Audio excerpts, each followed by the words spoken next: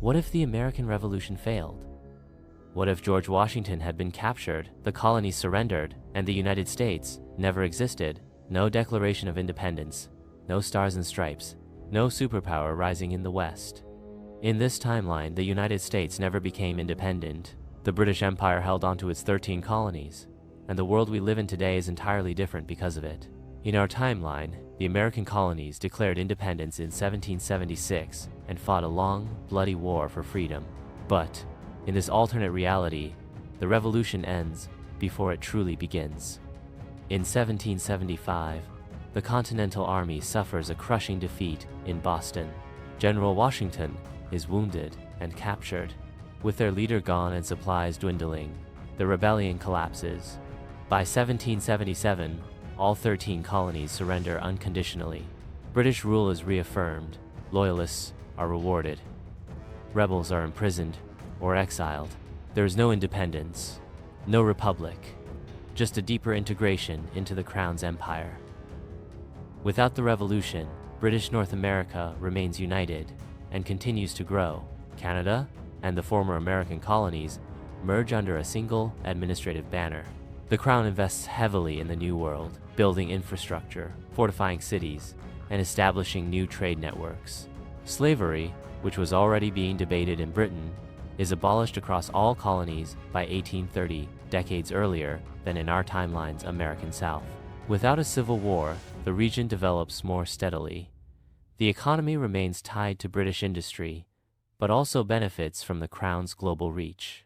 The capital of British North America becomes New York, now renamed New London, a sprawling imperial metropolis rivaling London itself by the 1900s. No constitution, no Bill of Rights.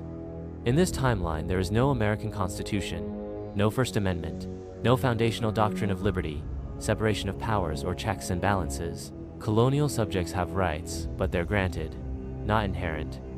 Parliament governs across the ocean. Governors are appointed, not elected. The idea of democracy never becomes the dominant force in the Western Hemisphere. Republicanism remains a fringe philosophy, debated quietly in coffeehouses, suppressed when necessary. Without a successful American Revolution to inspire it, the French Revolution never takes hold in 1789. France, still under the monarchy, never spirals into chaos. Napoleon never rises. Europe avoids decades of war. Instead, monarchies hold power longer.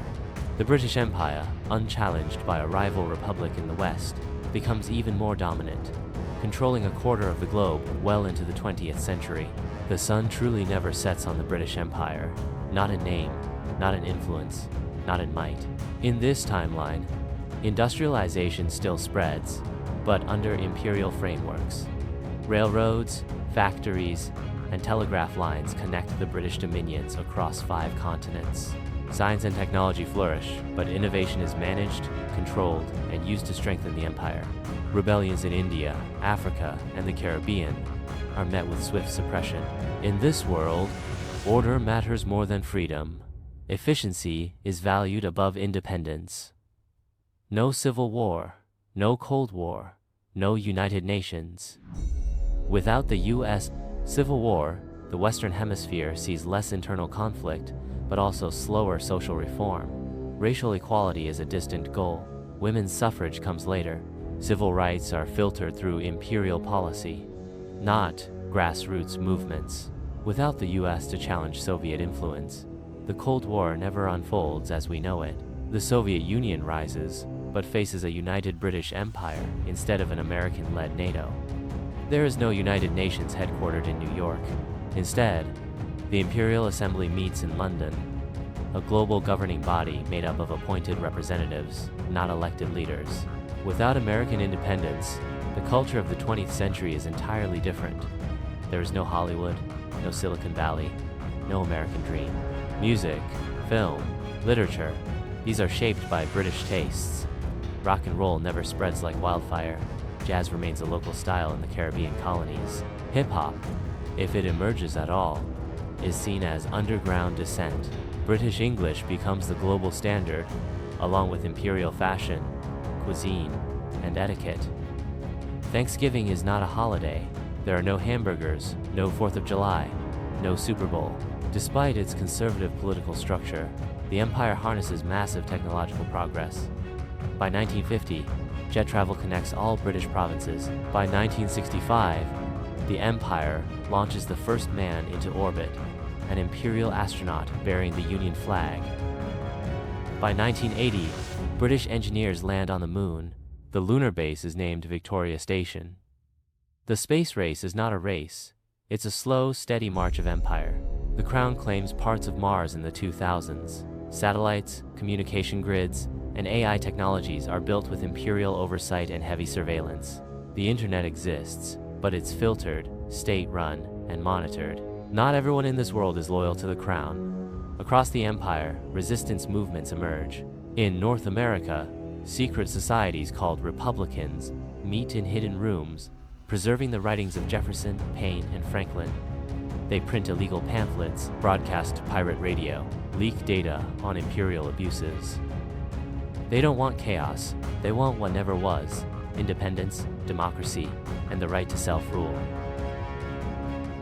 Some provinces quietly push for reform, but most dissent is crushed with propaganda, arrests, and exile. Today, in this alternate 2025, there is no United States of America. The British Empire governs over 3 billion people. North America is divided into provinces: New Albion, Hudsonia, Carolina, and Pacifica. London is the capital of the world. The monarch still reigns, but power is shared with the Prime Directorate, a technocratic council based on imperial efficiency and corporate loyalty. Drones patrol the skies. AI systems enforce public order. Education teaches loyalty. History begins with the crown and ends with it. The world is stable, uniform, connected. There is peace, but it is cold, regulated, and calculated. Without revolution, there was no spark, no declaration, no emancipation, no dream to chase. The American ideals of liberty, self-determination, and personal freedom never became global values. They remain whispers in the underground. So, what would you choose?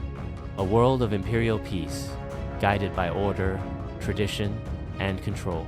Or a world of revolution, struggle, and chaos, where freedom was never given but fought for? In this timeline, the United States never became independent, and the world became a very different place.